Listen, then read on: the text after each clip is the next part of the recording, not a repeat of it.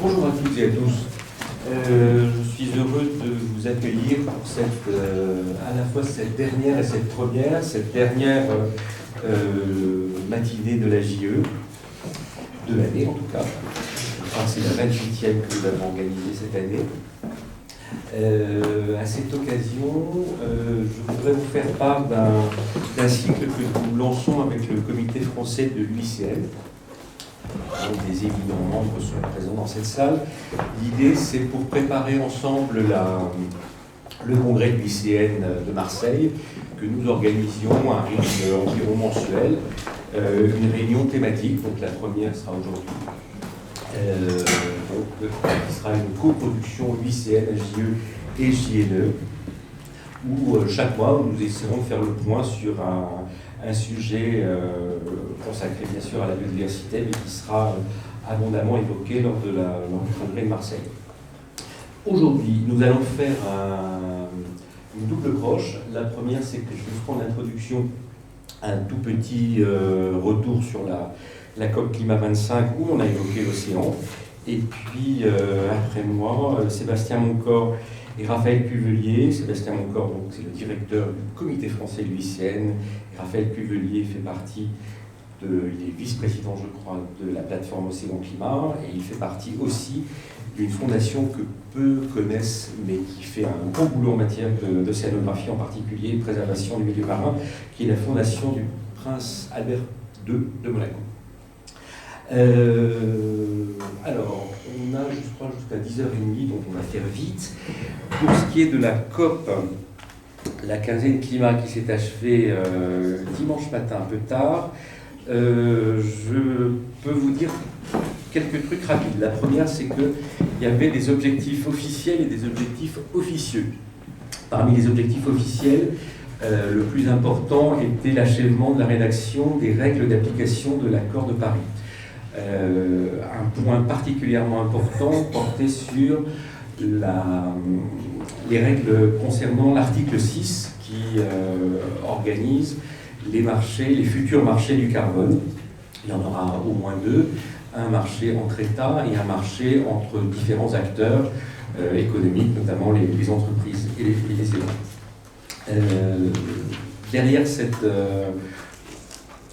objectif global se posaient beaucoup de problèmes, à commencer par ceux de la comptabilité des émissions, de la présentation de cette comptabilité, de l'organisation bien sûr des marchés du carbone, éviter aussi certains problèmes fâcheux comme le double comptage des quotas, c'est-à-dire qui entre l'acheteur de quotas et le vendeur de quotas va porter au crédit de sa comptabilité nationale les 10 quotas échangés. Il y avait également un sujet très important porté notamment officiellement par l'Australie, mais surtout par la Chine, qui était quel avenir pour les crédits carbone générés par les mécanismes créés par le protocole de Kyoto. Je veux parler bien sûr des échanges entre États, mais aussi des crédits générés par le mécanisme de développement propre et, moins important, par la mise en œuvre conjointe. Aucun de ces sujets n'a trouvé de consensus, ni en première semaine entre experts, ni en seconde semaine entre les États. Donc, c'est appliqué une règle bien connue des adorateurs des COP, c'est-à-dire la règle numéro 16 qui encadre les négociations, c'est-à-dire on passe à l'année suivante. Donc, toutes les règles qui restent à écrire le seront probablement à l'issue d'une session intercop qui aura lieu en juin 2020, probablement à Bonn, avant que ce soit en Italie. Donc l'article 6, l'année prochaine. En revanche, il y a des petites choses qui ont quand même été votées. Il y a notamment devait être révisé le plan de Lima sur l'égalité des sexes. Il va être prorogé de plusieurs années. En gros, il s'agit surtout de reconnaître que les femmes ont une utilité quand même dans la lutte contre le réchauffement climatique et surtout leur permettre d'accéder à des financements verts pour monter des projets bas carbone. Moins chanceux en revanche a été la révision du mécanisme de Varsovie, mécanisme sur les pertes et dommages. En gros, il s'agissait d'une certaine façon de reconnaître la responsabilité historique des pays les plus industrialisés dans les réchauffements actuels, et ce faisant, de trouver un moyen d'aider les pays les plus vulnérables à surmonter les effets qui leur tombent déjà dessus. Alors le mécanisme existe, il a été créé lors de la COP de Varsovie, il n'a pas trouvé une application réelle, et ça devrait se prolonger, puisque en gros la COP a décidé non seulement de prolonger ce mécanisme, mais de faire une étude dessus pour voir comment on pourrait le rendre plus efficace, ce qui est une élégante façon de le mettre au placard. À noter, lors de cette négociation, une tentative audacieuse des États-Unis de placer ce mécanisme sous la coupe de l'accord de Paris et non plus de la Convention climat. C'était une façon pour eux d'essayer de minorer le risque juridique de se voir traîner un jour en justice devant une cour internationale pour leur responsabilité dans le réchauffement, puisque les États-Unis quitteront l'année prochaine l'accord de Paris, mais resteront toujours partis à la Convention de l'ONU de 1992. On a parlé également un petit peu de biodiversité et océan, puisque la déclaration finale de la COP stipule que le SBSTA, l'organe subsidiaire, devra en gros réfléchir à l'intégration de l'océan, des écosystèmes marins et des sols dans les futures discussions sur le climat, en s'appuyant bien sûr sur les conclusions des 2 derniers rapports spéciaux du GIEC. Dans le désordre aussi, que vous dire d'autre? Oui, devait être examiné également un point important qui était l'état des financements à long terme dans l'atténuation et l'adaptation. Là encore, la règle de l'article 16 s'applique.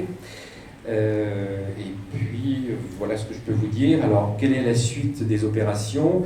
Elle se fera en plusieurs temps l'an prochain. La première grande étape, c'est la réunion intersession de juin 2020,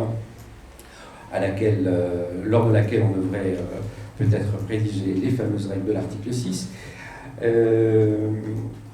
L'ONU devrait également, au mois de septembre, organiser son sommet annuel en marge de l'Assemblée générale de l'ONU, qui sera l'occasion de rappeler aux chefs d'État et de gouvernement qu'ils doivent absolument réviser leur ambition à la hausse. Et puis, à partir du 9 novembre prochain, donc aura lieu la prochaine COP à Glasgow, au cours de laquelle on devrait avoir un certain nombre de nouvelles NDC, vous savez, ces engagements nationaux volontaires, donc ces espèces d'esquisses de politique climatique. Elles doivent être révisées à la hausse tous les 5 ans. Les premières ont été publiées en 2015 avant la COP de Paris. Les nouvelles devraient l'être avant Glasgow. Jusqu'à présent, 80 pays environ se sont engagés à rehausser leurs ambitions, mais ces pays représentent environ 10% des émissions. Donc le gros reste à faire. L'une des questions qui se posait à Madrid était de savoir quelle allait être la NDC européenne, puisque vous savez qu'aujourd'hui, l'Europe prévoit de réduire de 40% au moins ses émissions de gaz à effet de serre entre 1990 et 2030.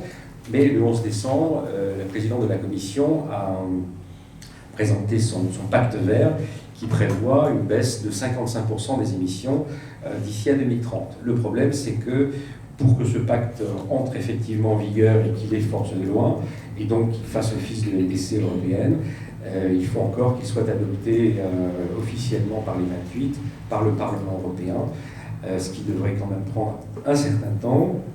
Donc il n'est pas du tout certain que le pacte vert soit la nouvelle NDC, en tout cas celle qui sera présentée en 2020. Un tout petit point conclusif qui peut avoir son importance: si la COP de Glasgow débute le 9 novembre, 6 jours avant auront eu lieu les élections présidentielles américaines, qui peuvent avoir un effet sur la poursuite des négociations climat. Voilà, ce que je vous propose, c'est de passer tout de suite la parole à des gens beaucoup plus sérieux que moi, pour évoquer notamment la façon dont les solutions basées sur la nature, parce que c'est un des grands points qui montent dans les négociations climat, mais pas que. On en parlera aussi beaucoup à l'occasion du congrès de l'UICN et de la COP biodiversité qui aura lieu à l'automne prochain en Chine. Et pour vous en parler mieux que moi, je passe la parole tout de suite à Sébastien Moncor, qui est le directeur du comité français de l'UICN. Merci beaucoup Valérie. Donc, effectivement, l'angle principal en fait, de contribution, de travaux de l'UICN sur la problématique changement climatique et biodiversité, c'est à travers ce thème des solutions fondées sur la nature que je vais vous présenter, qui va être un gros sujet lors du congrès mondial de l'UICN, qui se tient du 11 au 19 juin à Marseille. Dans le cadre de la préparation de ce congrès, on s'est associé à différentes organisations, notamment un partenaire qui s'appelle le Mobile Film Festival, qui a ouvert un grand concours au niveau mondial pour que des personnes soumettent des courtes vidéos sur certains thèmes, et en particulier sur le changement climatique. Et il y a 2 semaines à peu près, la remise de prix a eu lieu, et il y a un petit film. Donc c'est très court, ça dure 1 minute, mais qui était sur le changement climatique et qui a été primé. Et on va vous le montrer.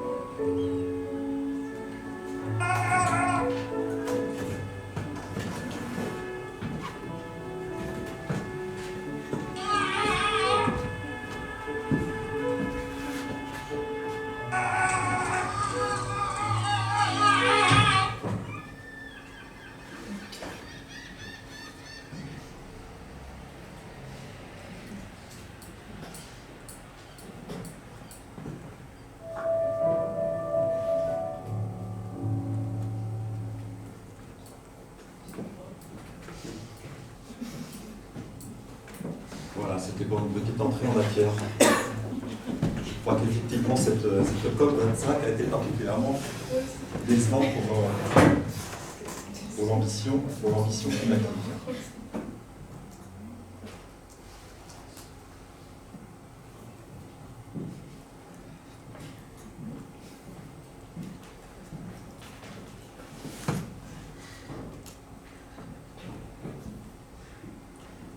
Voilà. Donc moi je vais vous parler donc, des solutions fondées sur la nature face aux défis du changement climatique.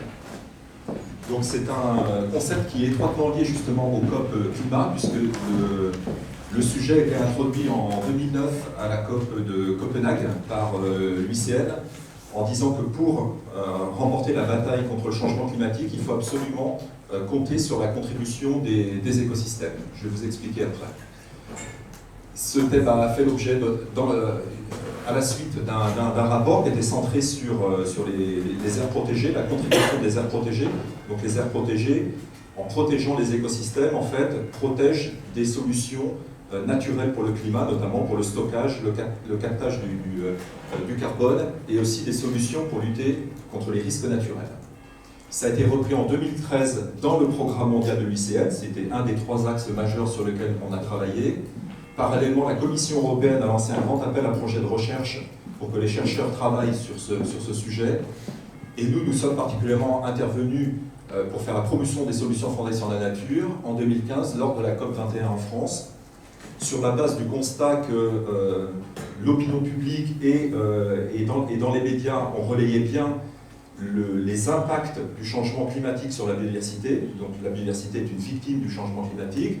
Et tout le monde a vu les images de l'ours polaire sur son bout de banquise en train de fondre. Mais dès qu'on passait à la case des solutions, la nature était absente. Il y avait effectivement la réduction des émissions de CO2, la règle de l'utilisation des énergies fossiles, la promotion des énergies renouvelables, le développement des transports alternatifs. Mais la nature ne faisait pas partie de l'équation de la solution.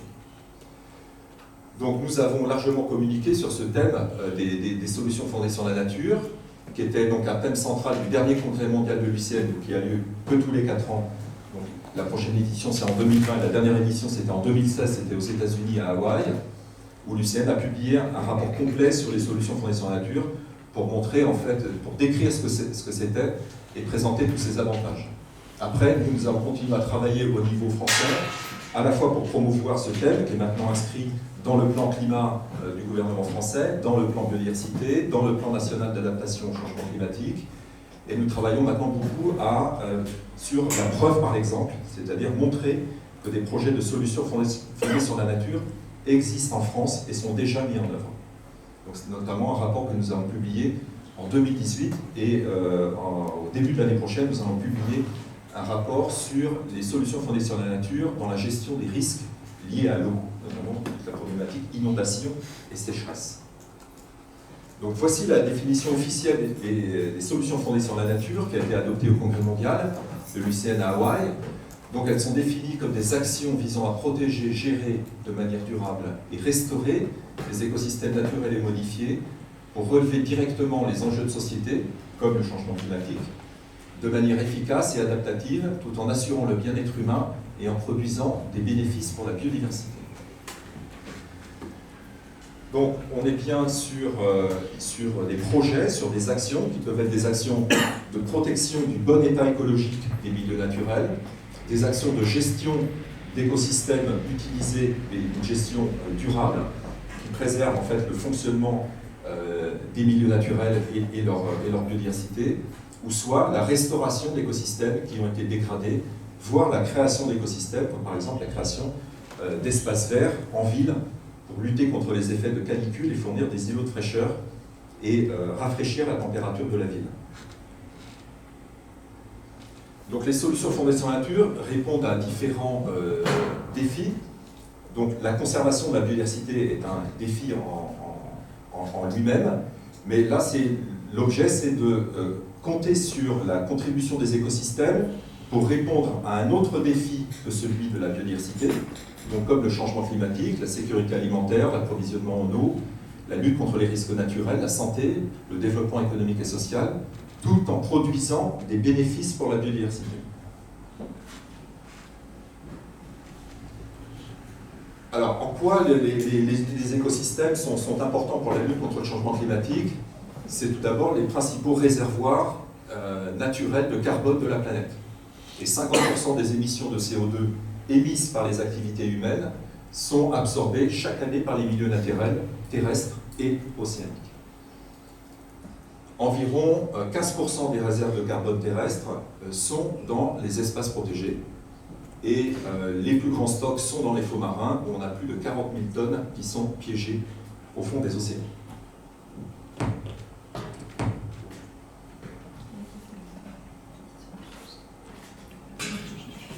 Donc ça, c'est le volet atténuation des changements climatiques fournis par les écosystèmes. Et donc le deuxième volet, c'est le volet adaptation, notamment parce que donc, les risques naturels vont augmenter en fréquence et en intensité différents risques naturels, et les écosystèmes sont des solutions concrètes qui produisent des résultats qui sont économiquement viables.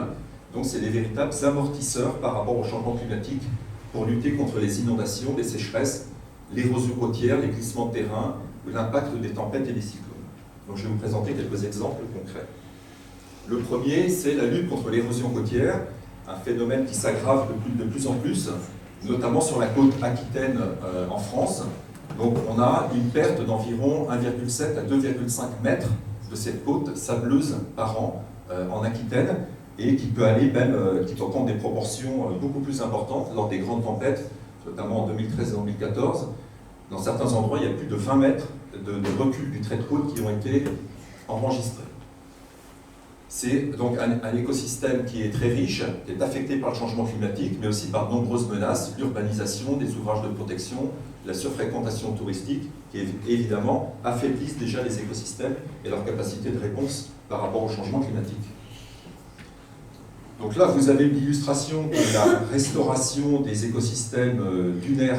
Là, c'est le travail effectué par l'Office national des forêts pour montrer que quand on préserve la côte, quand on fait des plantations, notamment grâce à une plante qui s'appelle l'Oya, qui permet de fixer le sable, ça permet de lutter contre l'érosion à la fois marine et éolienne qui enlève le sable de la côte.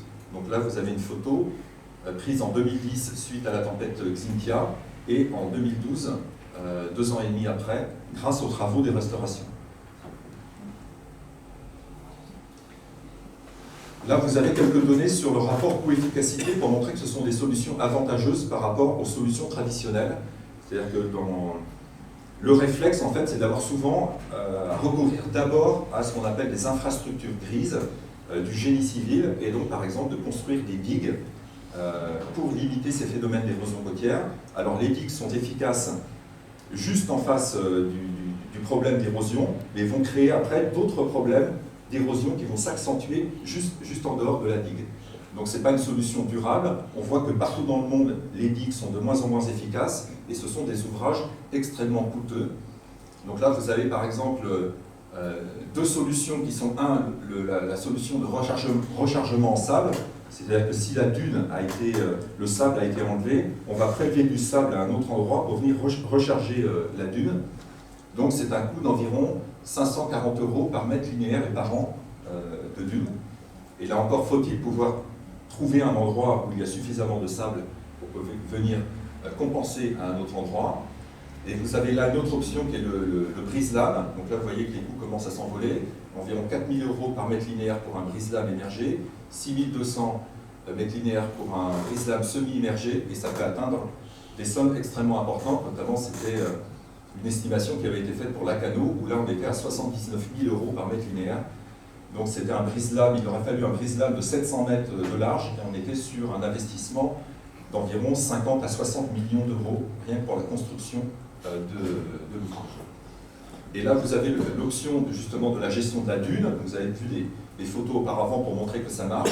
Et là, donc ça, ce sont les coûts d'opération de l'ONF dans la restauration et la gestion de la dune. Donc on a environ 5 € du mètre linéaire par an. Autre exemple, un exemple dans le parc naturel régional des Alpilles, qui pendant des décennies a subi un enracinement des milieux, des prises agricoles et des phénomènes de sécheresse accentués, ce qui a conduit à des incendies catastrophiques à répétition pendant plusieurs années. Et toutes les solutions mises en place n'ont pas porté leurs fruits. Donc le PNR en fait a lancé un programme LIFE qui a été soutenu par l'Union européenne, qui a été un vaste projet de réhabilitation et de gestion de milieux ouverts par le pâturage, et ce qui a permis de diminuer en fait le risque incendie, de favoriser des activités comme le pâturage et de restaurer la biodiversité et l'accueil d'espèces dans ces milieux naturels.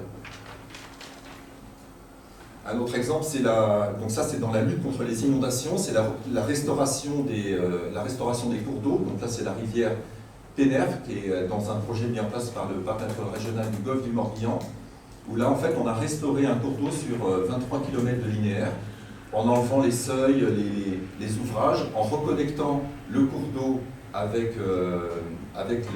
les zones humides adjacentes, en faisant des plantations, et ce qui a permis de lisser en fait les pics de crue et de miser sur le rôle tampon des zones humides qui permettent d'absorber en fait l'excès d'eau lors des inondations et en cas de sécheresse de restituer cette eau.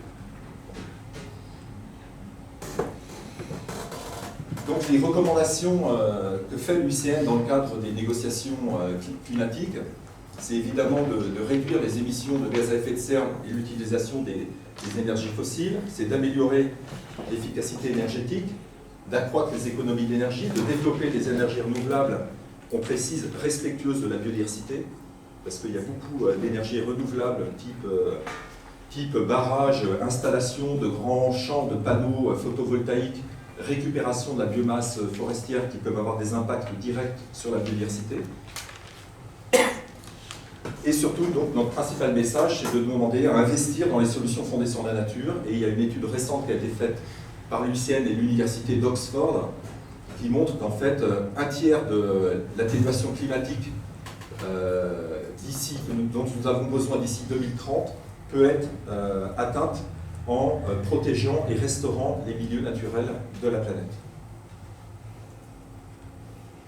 Donc ce qu'on demande dans le cadre des négociations climat, c'est que tous les États intègrent bien les écosystèmes et les solutions fondées sur la nature dans leurs contributions nationales déterminées et qu'ils identifient bien des objectifs quantifiés. Parce qu'il y a beaucoup de pays Il y a à peu près 2/3 des pays qui parlent des écosystèmes dans leur contribution nationale déterminée, mais qui ne font pas de propositions véritablement concrètes en termes de restauration et de protection des milieux naturels, et après aussi quantifier les équivalents CO2 qui ont été stockés et donc non émis.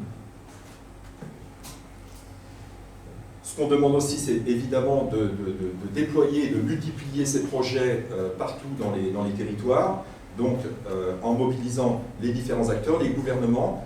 On a vu que si on ne compte que sur les gouvernements dans les avancées climatiques, ça va peut-être être compliqué, mais il y a beaucoup d'acteurs qui se mobilisent, autres que les gouvernements aujourd'hui, dans la lutte contre le changement climatique, notamment les collectivités territoriales, des entreprises, des associations, la société civile.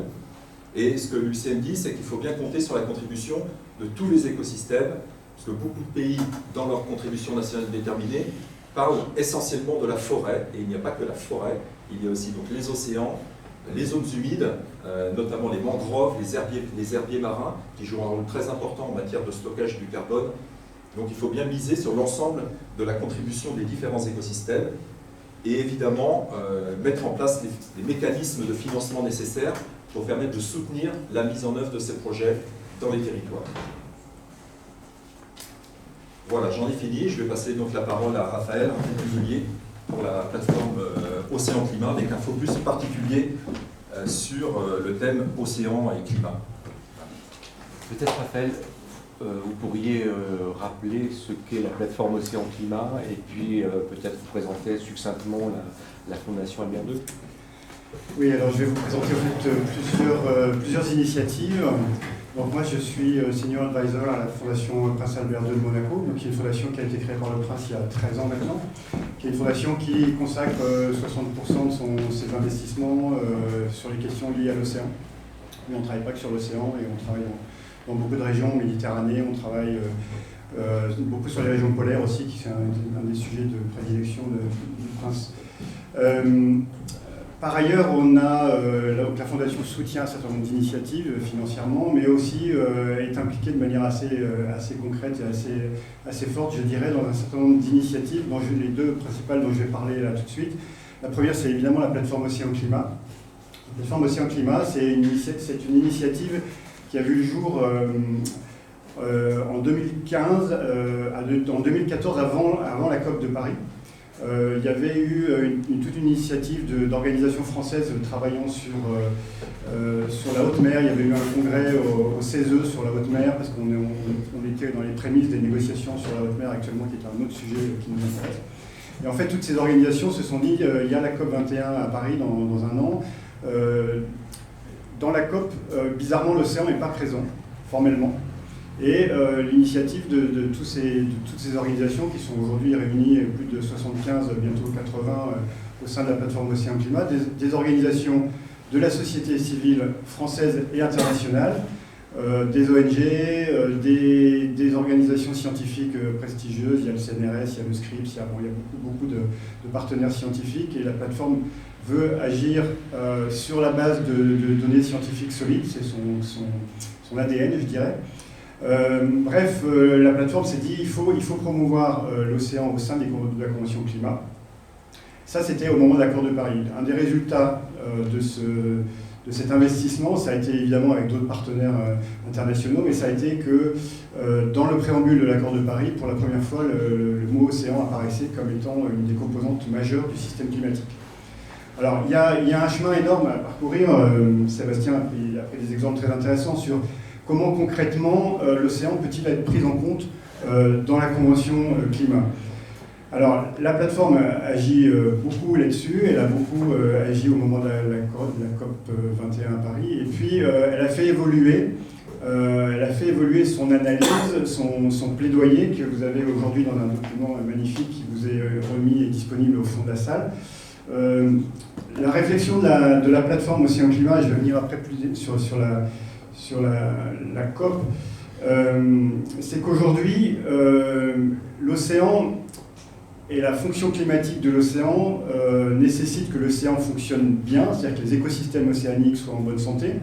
Et pour ça, il faut que l'océan soit préservé, il faut que les activités liées à l'océan, c'est-à-dire le transport maritime, la pêche, toutes ces activités soient contrôlées. Alors je ne vais pas rentrer dans le détail, mais vous savez comme moi qu'il y a plein d'abus et de choses très illégales dans ce domaine. Et puis il y a des régulations importantes, par exemple dans le shipping, pour que le transport maritime soit plus vertueux en matière d'émissions carbone et en matière de pollution, par exemple, qu'elle soit chimique ou liée au bruit ou plein d'autres choses qui ont un impact direct sur les écosystèmes.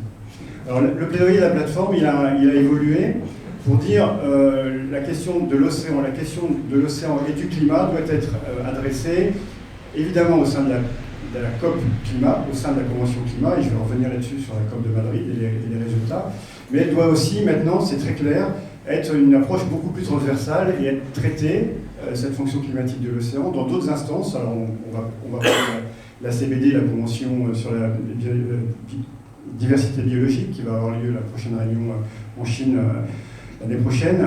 Elle doit être adressée aussi dans les conventions encore plus techniques, telles que l'Organisation maritime internationale. Bon, il y a toute une série de lieux où il faut adresser ces questions de manière très sérieuse. Et le plaidoyer de la plateforme fait le tour de toutes ces pistes et toutes ces initiatives qui pourraient être prises et qui devraient être prises, surtout dans ces différentes instances. Alors, par rapport à la Convention climat, par rapport à ce qui s'est passé à Madrid, je crois que la position de la plateforme Océan Climat, d'abord, c'est un peu important de le rappeler, c'est que la question essentielle du climat pour l'océan, c'est que les pays respectent leur engagement et accroissent leur ambition, parce qu'on sait très bien que si on ne reste pas dans une trajectoire raisonnable, j'allais dire aujourd'hui on ne quasiment plus parler d'1,5 degré, mais parlons de 2 degrés, si on ne reste pas dans une trajectoire de 2 degrés, on sait que les impacts sur l'océan vont être dramatiques en termes d'acidification, en termes de dégradation des écosystèmes, en termes de changement de répartition des ressources halieutiques. Bon, il y a des impacts monstrueux. Et puis surtout, j'en ai pas parlé, mais j'aurais dû en parler avant, le rapport du GIEC sur l'océan a bien montré qu'en termes d'impact, notamment sur les régions côtières, selon la trajectoire maîtrisée par l'engagement des pays, on va sur des conséquences qui sont déjà dramatiques pour certains pays, mais qui vont être, je vais dire, je ne sais pas ce qu'il y a au-delà de dramatique, mais encore plus catastrophiques pour beaucoup de pays. Alors évidemment, on pense aux États insulaires, mais on pense aussi à des régions côtières. Chez nous, quand on regarde les cartes et les projections de l'impact de l'élévation du niveau de la mer sur les territoires, même européens, il y a de quoi se bouger et réfléchir effectivement, notamment à des solutions fondées sur la nature. J'en profite pour dire un mot quand même, c'est que la plateforme Océan Climat a joué un rôle essentiel, parce que je peux en témoigner, parce que la demande au GIEC d'un rapport sur l'océan a été portée politiquement par Monaco. Donc nous, on a joué un rôle important, mais l'idée est venue de discussions au sein de la plateforme Océan Climat, ici à Paris, avant la COP21. Et c'est comme ça qu'est née cette idée du rapport du GIEC sur l'océan. Et ce rapport est sorti, il est sorti à Monaco en septembre. Il est sorti après un autre rapport du GIEC, un autre rapport spécial sur les sols. Et je voudrais à ce propos dire un truc, c'est que une des avancées de la COP de Madrid, et on n'en parle pas assez, c'est que pour la première fois, la COP, dans sa déclaration finale, a souligné l'importance des écosystèmes dans la régulation climatique. Et il y a un point qui est le point 14 dans la décision finale qui dit que les parties soulignent la contribution essentielle de la nature pour adresser le climate change et son impact et les besoins d'adresser les questions de perte de biodiversité et de changement climatique de manière intégrée. Et c'est une décision qui est importante parce qu'on a là, vous savez comment ça marche, les COP, c'est qu'on s'appuie après sur des décisions et des textes pour dire voilà, ça a été acté, c'est un cliquet sur lequel on ne peut pas revenir en arrière. Et vous avez fait un tour précis des bilans de la COP qui globalement est assez décourageant parce que évidemment il y a des pays qui ont freiné énormément, on n'a pas obtenu, dans les aspects très techniques de la COP, on n'a pas obtenu les engagements qu'on aurait aimé avoir des pays. Bon, de ce point de vue-là, tout ça n'est pas très encourageant et j'en conviens, et on a tous eu ces jours aussi un petit coup de blues suite à la COP. Mais si on veut regarder les choses positives du bon côté, pour ce qui est du sujet qui nous intéresse aujourd'hui, cette COP a acté le rôle des écosystèmes dans la régulation du climat, et c'est une question fondamentale qui a été soulignée pour la première fois et de manière aussi évidente par les 2 rapports spéciaux du GIEC sur les sols et sur les océans. Donc on a là des avancées plus que symboliques qui sont essentielles dans la réflexion future sur le climat. Alors après, il y a d'autres aspects plus techniques sur l'océan, c'est que au sein de la Convention climat, c'est que dans la Convention climat, il y a en gros une comptabilité assez précise des tonnes de carbone qui sont évitées ou qui sont séquestrées. Et là, sur l'océan, à part sur les écosystèmes côtiers qui ont été développés ici, comme les mangroves, comme les herbiers, sur les chiffres, Sébastien, que tu as donnés sur la haute mer et sur la séquestration du carbone dans l'océan, dans la colonne d'eau, il y a des chiffres donnés par des scientifiques, mais globalement, il n'y a pas un accord, il n'y a pas un consensus général suffisamment précis pour que les négociateurs de la Convention climat disent on peut tenir compte de ces chiffres précisément dans les décomptes des engagements des pays, des indices. Sans compter qu'en plus, la haute mer ne fait pas partie du scope de la Convention climat. Donc là, il y a encore des gaps essentiels en matière de science.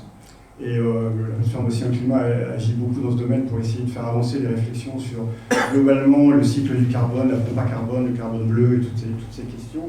Au-delà, je précise, des choses qui sont déjà bien maîtrisées maintenant sur les écosystèmes de carbone côtier. Mais sur le carbone, je dirais dire, de la colonne d'eau de la haute mer, c'est plus complexe et c'est pas suffisamment mûr pour que ce soit intégré dans la Convention climat.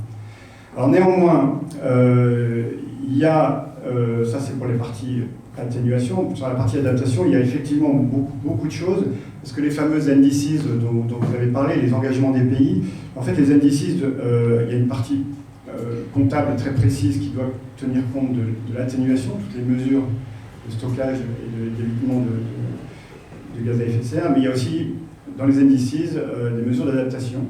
Et là, il y a un panorama et des enjeux qui sont très, très importants, avec en corollaire toute la question du financement de ces mesures d'adaptation, qui est un sujet majeur pour notamment les États insulaires, où les besoins vont être gigantesques. Et là, dans les pays, ils peuvent faire apparaître dans leurs indices, dont je ne vais pas rentrer dans les détails, d'autres dispositifs dans lesquels les pays peuvent aussi faire apparaître ces mesures d'adaptation. Il y a une place énorme pour des innovations, et notamment tout ce qui est sur les solutions fondées sur la nature. Dernier point, peut-être en matière positive sur la Convention climat. La Convention a acté dans sa déclaration finale le fait qu'il y allait avoir officiellement, suite à la publication du rapport du GIEC sur l'océan, des débats techniques au sein de l'organe subsidiaire du Conseil scientifique, donc du fameux CEPSTA de la CNUC, a acté un dialogue qui va commencer sur la question de l'océan. Donc si vous voulez, du point de vue de l'océan, tout n'est pas négatif à Madrid.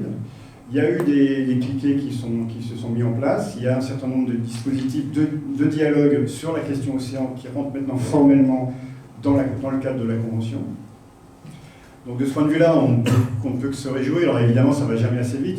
Et puis il y a des débats au sein de la communauté océan sur jusqu'où faut-il aller sur l'intégration d'un dialogue sur l'océan au sein de la CNUC. Bon, je vous passe les détails, on pourra en parler si vous voulez. Donc de ce point de vue-là, ça avance. Mais ce que je disais en préambule, c'est que maintenant, il faut aussi que cette question de l'océan soit portée dans d'autres instances. Parce que ça va se jouer aussi sur la réduction des émissions du shipping, sur la réduction des émissions liées à l'activité des pêcheries, parce que les navires de pêche, les frigos, les aberrations de la circulation des stocks de poissons congelés sur l'océan, c'est une aberration climatique. Donc il y a plein d'axes là.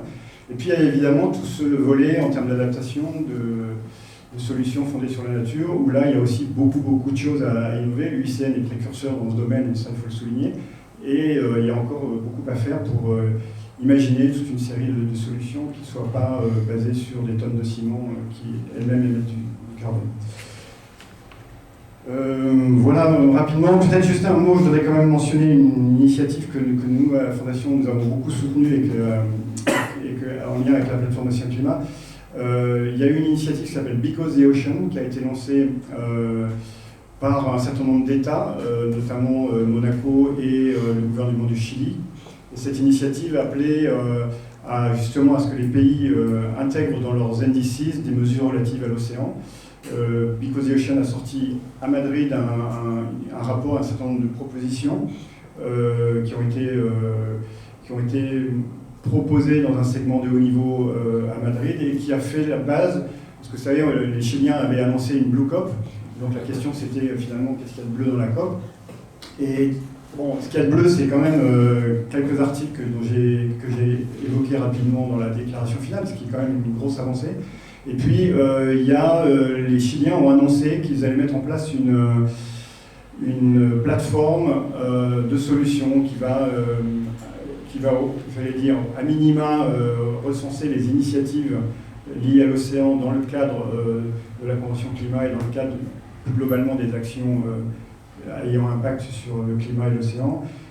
Et on peut l'espérer, au-delà d'un simple inventaire, une animation, une discussion entre les parties de la Convention sur ces questions océan. Voilà, très rapidement, un peu dans le désordre, je suis désolé, mais je vais ouvrir à des précisions. Alors, on va commencer tout de suite la séance de questions-réponses. Puisque je suis le président, je me réserve la première.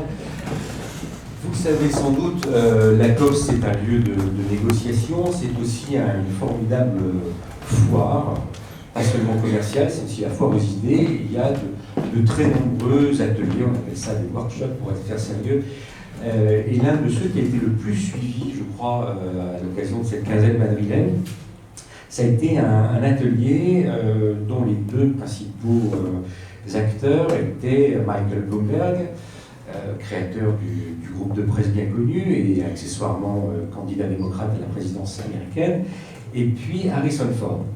Harrison Ford, c'est pas seulement Yann Solo, c'est aussi le vice-président d'une très importante ONG qui s'appelle Conservation Internationale et qui, dans ses projets, a justement l'idée de protéger des écosystèmes marins, notamment des mangroves ou des herbiers de Posidonie, par exemple, pour y stocker du carbone et générer des crédits carbone qui seraient éventuellement cessibles sur un marché ou utilisables pour satisfaire ces objectifs climatiques. Est-ce que c'est typiquement le genre de solution basée sur la nature que vous encouragez, ou est-ce que vous regardez ça de loin avec des pincettes ?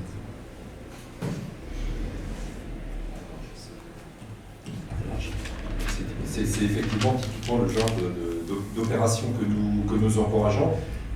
Conservation Internationale est une grosse organisation américaine qui est justement membre de l'UICN, qui est un membre actif avec lequel on travaille régulièrement, qui va porter notamment avec nous, en vue de la COP biodiversité en Chine en octobre 2020, un objectif de 30% d'air protégé au niveau terrestre et au niveau marin, alors qu'on est aujourd'hui à environ 15% de la superficie terrestre qui est protégée et environ 7 à 8% pour les océans. Où on veut être, là où le travail de l'UICN est vraiment important, c'est justement dans la définition, dans le cadrage de ce que sont les solutions fondées sur la nature. Donc ce sont des projets qui s'appuient sur les écosystèmes avec un double objectif.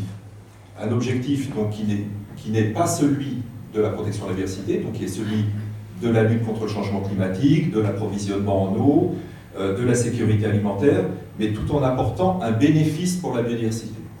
Donc je vais prendre un exemple tout à fait concret.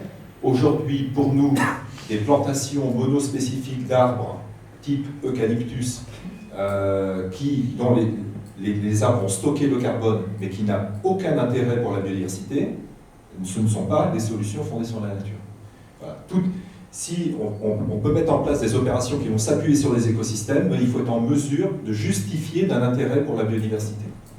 Alors typiquement, est-ce que sur un projet de restauration d'une mangrove ou d'un herbier, est-ce qu'on sait exactement combien de carbone ça stocke un hectare de Posidonie ? Oui, on le sait. Alors, je n'ai pas le chiffre en tête, mais c'est effectivement tout ce qui est mangrove, herbiers marins et marais littoraux, c'est environ 0,2% de la superficie des océans, mais c'est environ un tiers du CO2, ou même la moitié du CO2 stocké dans les sédiments. Donc, c'est vraiment des milieux qui sont particulièrement riches et importants pour le stockage du carbone. Oui, juste sur les. J'ai pas les chiffres exacts, alors c'est vrai que le stockage du carbone dans les écosystèmes côtiers est important et en même temps, bon, globalement, à l'échelle globale des émissions, ça reste quelque chose de limité. Mais c'est extrêmement important. Et ce qui est important surtout, c'est de comprendre que par exemple dans une mangrove, le carbone qui est stocké, c'est pas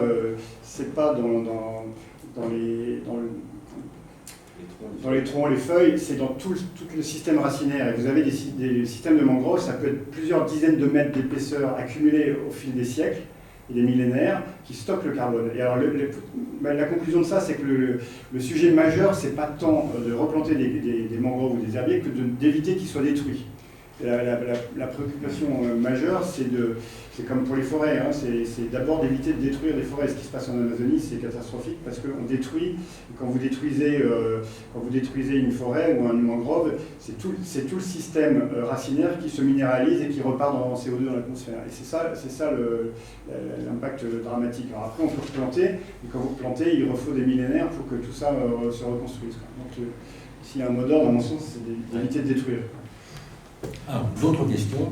Juste parce que ça c'est le volet atténuation, il faut aussi mettre en valeur le volet adaptation par rapport aux risques naturels, et on sait que les mangroves, les herbiers et les récifs coralliens jouent un rôle très important dans la lutte contre la submersion marine et aussi l'effet de la houle, des tempêtes et des cyclones. Ça avait été très bien montré lors du tsunami en 2003 en Asie du Sud-Est, où en fait les zones où la côte avait été préservée, où les mangroves ont été préservées, ont subi beaucoup moins d'impact.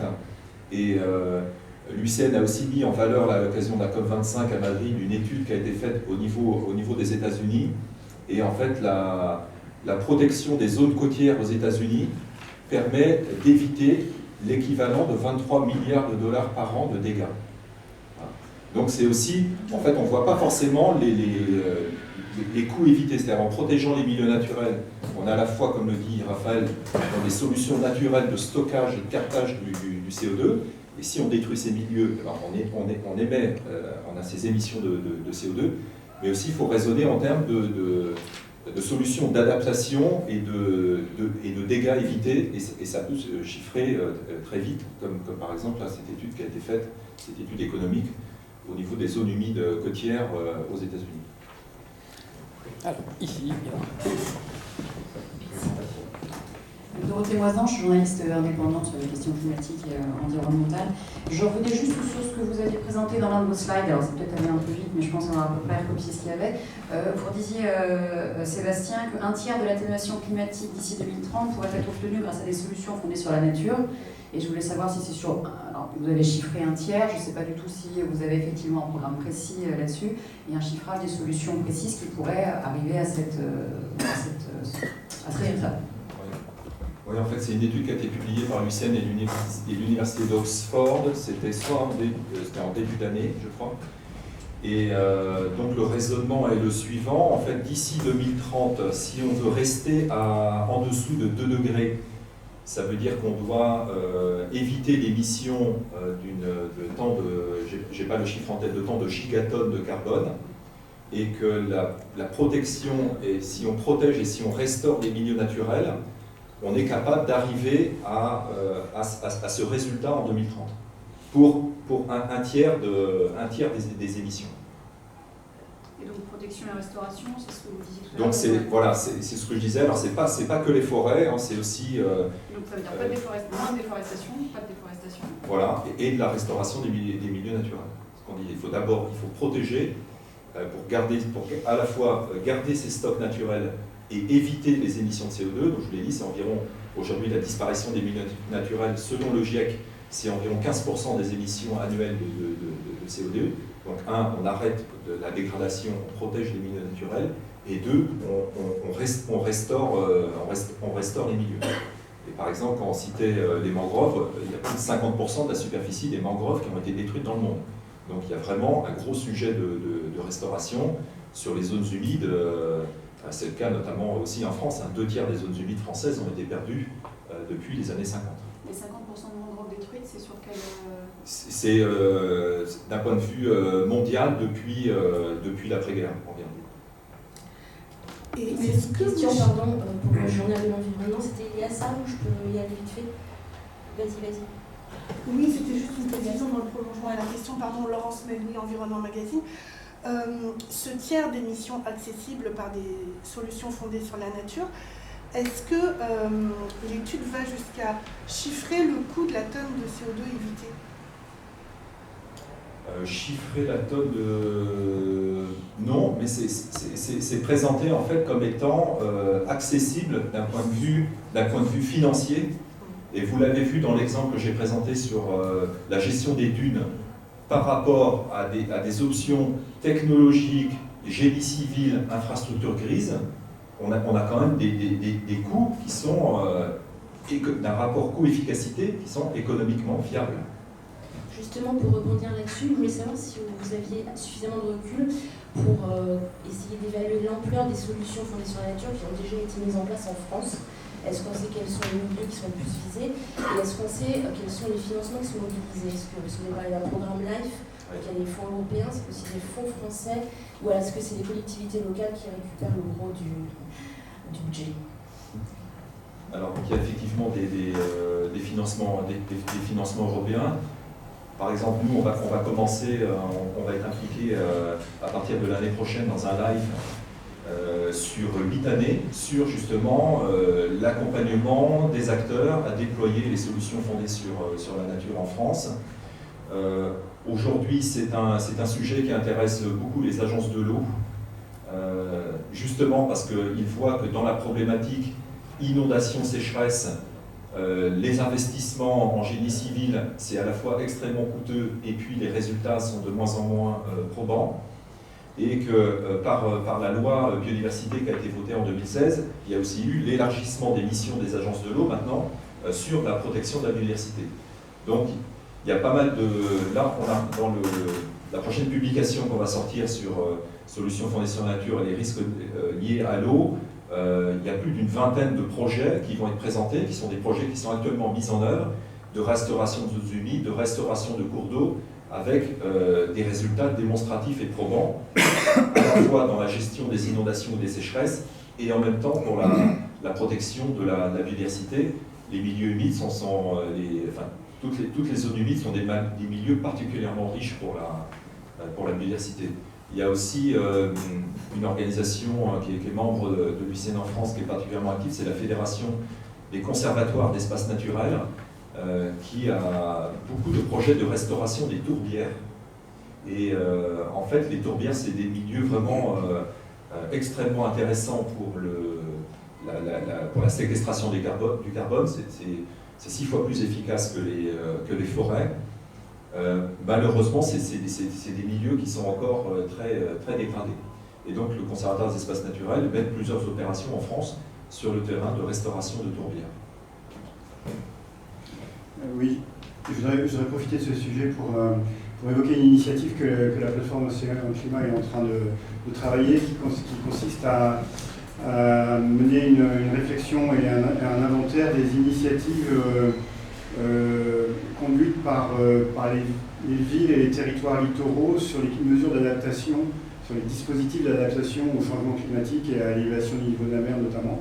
Donc on est en train de travailler sur un projet qui mobilise beaucoup d'acteurs pour voir dans plusieurs coins du monde comment les villes de taille moyenne en fait vont gérer toutes ces menaces qui sont annoncées très clairement dans le rapport du GIEC et quel genre de solutions elles envisagent de mettre en place. Alors le constat c'est qu'en gros finalement tout le monde fait un peu l'autruche et qu'il n'y a pas vraiment beaucoup de gestionnaires des villes, pour des raisons qu'on connaît, n'ont pas forcément la vision à long terme et la plateforme veut travailler sur ces questions, essayer de voir, d'accompagner des villes sur comment vous allez pouvoir faire face à ces questions et quel genre de solutions, quel genre de réponses vous allez apporter à ces défis. Il y a beaucoup de choses très intéressantes et évidemment des approches et les solutions fondées sur la nature sont intéressantes et je pense que c'est l'occasion de travailler avec l'ICN là-dessus. Mais il y a aussi d'autres impacts majeurs dont on ne parle pas, qui est l'impact socio-économique. Parce qu'en fait, la nature, dans bien des cas, quand on parle d'élévation du niveau de la mer, elle va être très forte. Et que la seule réponse fondée sur la nature, ça va être de reculer par rapport à la nature. Donc toutes les questions aussi sociales, de délocalisation des populations. On est aux prémices, on l'a vécu en France, en Vendée il y a quelques années, mais on est aux prémices de ces enjeux-là, et c'est des enjeux socio-économiques extrêmement importants. On va travailler avec le monde des assurances, on va travailler avec les différents parties prenantes. Là aussi, il y a des enjeux très importants. Et l'articulation des solutions fondées sur la nature, elle est très intéressante aussi dans des pays où il n'y a pas de... Moi, ce que je trouve très intéressant dans ce que vous faites, c'est que vous ne parlez pas que de mangroves, parce qu'aujourd'hui, quand évidemment, Conservation internationale parle des mangroves et des herbiers, parce que c'est le truc le plus visible, mais il y a des solutions fondées sur la nature qui sont aussi valables dans les zones où il n'y a pas ni coraux, ni mangroves, ni herbiers. Ce que vous faites, c'est déjà très intéressant. Et c'est encore votre Attends, alors, enregistrez dans le micro, parce que comme on enregistre, Quand est-ce qu'il est prévu de sortir votre inventaire? Alors, notre inventaire, on y travaille actuellement, on est en train de réunir l'ensemble des partenaires, des bailleurs. Idéalement, on va sortir, on prévoit de sortir fin 2020 un premier état. Non, plus large, pas que pour la France, mais plus large. Et ensuite, les années suivantes, on va argumenter, j'allais dire, cet inventaire et l'évaluer de manière plus précise. Mais on va déjà essayer de sortir un panorama des solutions qui sont sur la table et déjà. Y a-t-il d'autres questions? Vous avez été très convaincant, dites-le. Je complète justement par rapport à ce que dit Raphaël. On a une autre organisation qui est membre de l'ICN qui s'appelle la Fondation Tour du Valar, qui travaille en Camargue et qui a justement un projet de restauration en fait, du cordon dunaire et des marais littoraux en Camargue. Et c'est un très beau projet, qui est vraiment un vrai projet de solution fondée sur la nature. Mais c'est vrai qu'il y a un vrai travail, comme le disait Raphaël aussi, au niveau du changement des mentalités, puisque on a été, et particulièrement en Camargue, l'état d'esprit, ça a été pendant des années l'esprit de conquête de la mer, donc de conquête de l'espace maritime. Et là, on doit être justement dans ces endroits, si on veut pouvoir compter sur ce rôle d'amortisseur des milieux naturels et des milieux côtiers, plutôt d'être justement dans une stratégie de recul pour pouvoir restaurer le milieu naturel et lui faire jouer pleinement son rôle d'amortisseur par rapport au changement climatique. Mais ça soulève derrière justement des conditions sociales. C'est pour ça que tout le volet concertation, gouvernance, appropriation est vraiment très important, parce que culturellement, on a quand même toujours une approche de domination de la nature, et en disant qu'on va pouvoir maîtriser les risques, alors que là, on est plutôt dans une stratégie de retrait des risques. C'est valable en Camargue, c'est valable aussi dans la région Aquitaine. Je vous ai montré des exemples. On a jusqu'à très récemment encore construit des immeubles vraiment vraiment au bord de la dune. Et maintenant, avec ces phénomènes d'érosion, on a des immeubles qui vont bientôt s'effondrer. Donc, il faut vraiment qu'on change aussi de mentalité, qu'on soit plutôt dans une stratégie vraiment maintenant d'alliance avec la nature, et non pas de défiance et de maîtrise de la nature. C'est pour ça que l'approche internationale est essentielle, parce qu'en fait, cette approche dominatrice, elle est très forte chez nous, elle est différente dans d'autres pays. Dans les États insulaires, les gens n'ont pas le même rapport à la mer et voient les choses différemment, et c'est très intéressant de croiser les approches. Oui, bonjour, Marie Elcourt, je suis indépendante. Je voudrais savoir comment est-ce que vous, d'une part, vous dealez ça avec le monde de la pêche, d'un côté, et avec le monde agricole de l'autre. Est-ce que votre approche de la nature est aujourd'hui parfaitement aussi admise dans ces, j'allais dire, deux grands secteurs qui sont éminemment impliqués dans ces questions? Nous, là aussi, évidemment, on a un problème, il y a un problème social et culturel. On l'a vu encore récemment, parce qu'on a co-organisé avec l'AFB le 4e colloque des aires marines protégées à Biarritz, où les pêcheurs étaient là de façon importante, puisque comme vous l'avez vu, dans notre stratégie de lutte contre le changement climatique, on a un vrai volet sur la protection et la gestion durable des milieux naturels, en particulier des océans. Donc, on demande et puis, comme Raphaël le disait, en fait, aujourd'hui, les océans ont quand même absorbé beaucoup, en fait, de l'impact de nos activités, hein, notamment la chaleur, hein, qui est absorbée. L'UICN avait publié une étude justement en 2016 lors du congrès mondial d'Hawaï. Si aujourd'hui les océans ne jouaient pas ce rôle vis-à-vis de la chaleur, il ferait une température moyenne de plus de 35 degrés ou de 50 degrés. Enfin, on serait dans des températures beaucoup plus élevées. Donc, ce qu'on essaye de faire comprendre aux pêcheurs, c'est qu'on est quand même dans une stratégie gagnant-gagnant, normalement. C'est-à-dire que la préservation des ressources halieutiques est aujourd'hui essentielle. Et on voit bien qu'on ne peut pas continuer à être dans la surexploitation donc, qui peut mener à la disparition des stocks de poissons et donc à l'arrêt d'activité économique. Ça s'est produit au Canada sur la pêche à la morue, où on a tellement pêché que du coup le stock s'est complètement effondré. Aujourd'hui, en plus, les scientifiques montrent bien que l'effet réserve, c'est-à-dire que quand on a une aire marine protégée, il y a un effet réserve parce que ce sont des zones de tranquillité, de nourrissage et de reproduction des espèces marines, et c'est ce qu'on appelle l'effet spillover, l'effet débordement, où justement les pêcheurs vont pouvoir trouver à proximité de cette aire marine protégée davantage de ressources. Mais c'est vrai qu'il y a cette inquiétude sur la contrainte, sur la pêche. Est-ce que toutes les aires marines protégées vont être des zones interdites à la pêche, ou si oui, dans quelle proportion? Donc évidemment, ça génère de l'inquiétude. Et pour nous, c'est clair qu'on doit être dans une stratégie gagnant-gagnant, c'est-à-dire préserver les ressources marines, c'est préserver la santé des océans, et c'est aussi préserver une activité de pêche qui doit être durable, évidemment. On ne peut pas prélever plus que... Plus entendu là-dessus? Est-ce que vous avez l'impression d'être plus entendu, ou pas tant que ça?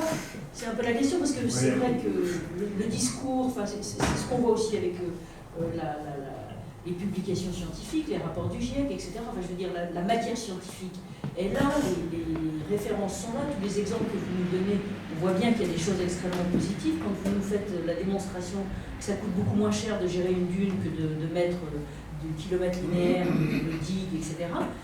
Il n'empêche que ça, c'est ce que l'on montre, et puis après, il y a ce que l'on fait. Et je voudrais savoir justement si ce gap se rétrécit au moins.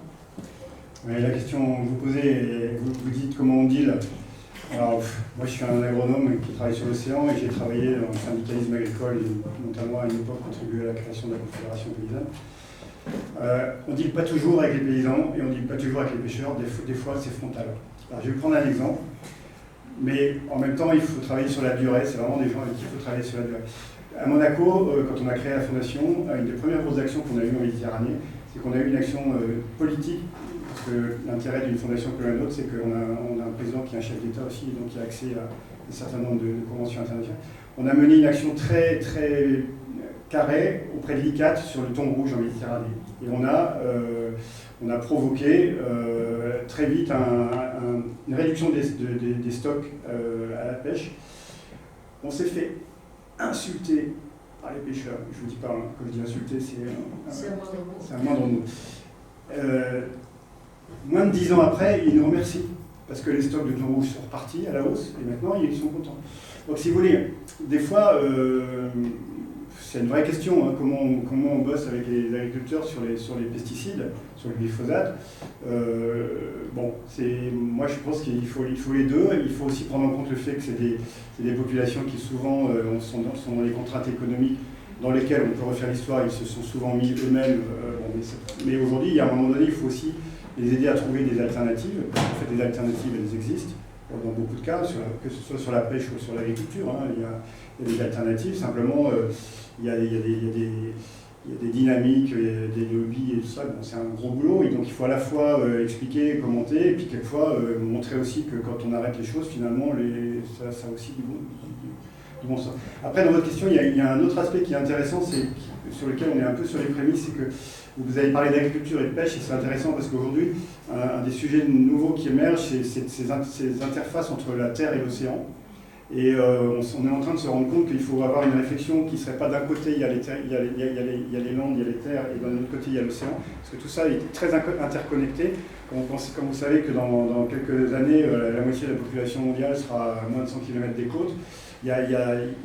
Sur la zone littorale, il se joue des choses énormes entre les activités terrestres et l'agriculture principalement, et les écosystèmes marins. On en est aux prémices de ces questions-là. Moi, j'ai eu une discussion à Madrid avec celui qui a coordonné au GIEC le rapport sur l'océan, et je lui disais c'est quoi le next step, il me disait mais le next step c'est maintenant de travailler sur les liens terre-mer, parce que c'est là où sur le climat il y a aussi des choses majeures qui se jouent. Justement, il y a une institution onusienne qui travaille déjà sur les liens terre-mer, qui est la FAO. Est-ce que c'est pour vous un soutien, ou est-ce que c'est juste une machine à produire des rapports et des communiqués de presse? Wow.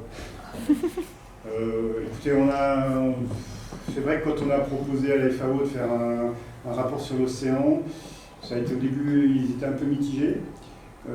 Et en même temps, moi je connais très bien le responsable des pêches à la FAO, qui est un type formidable et qui fait un boulot sur le long terme qui est extrêmement positif.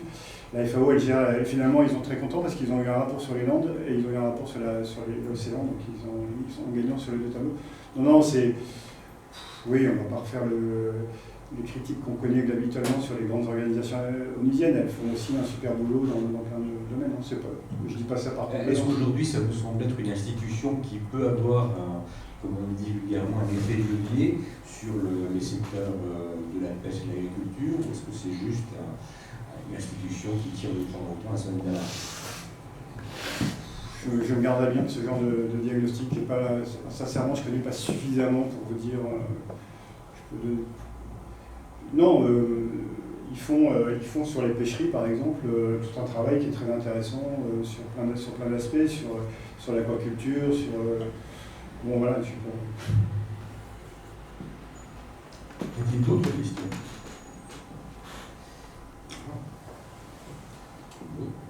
Alors, s'il n'y a plus de questions, Merci. Merci beaucoup. Merci.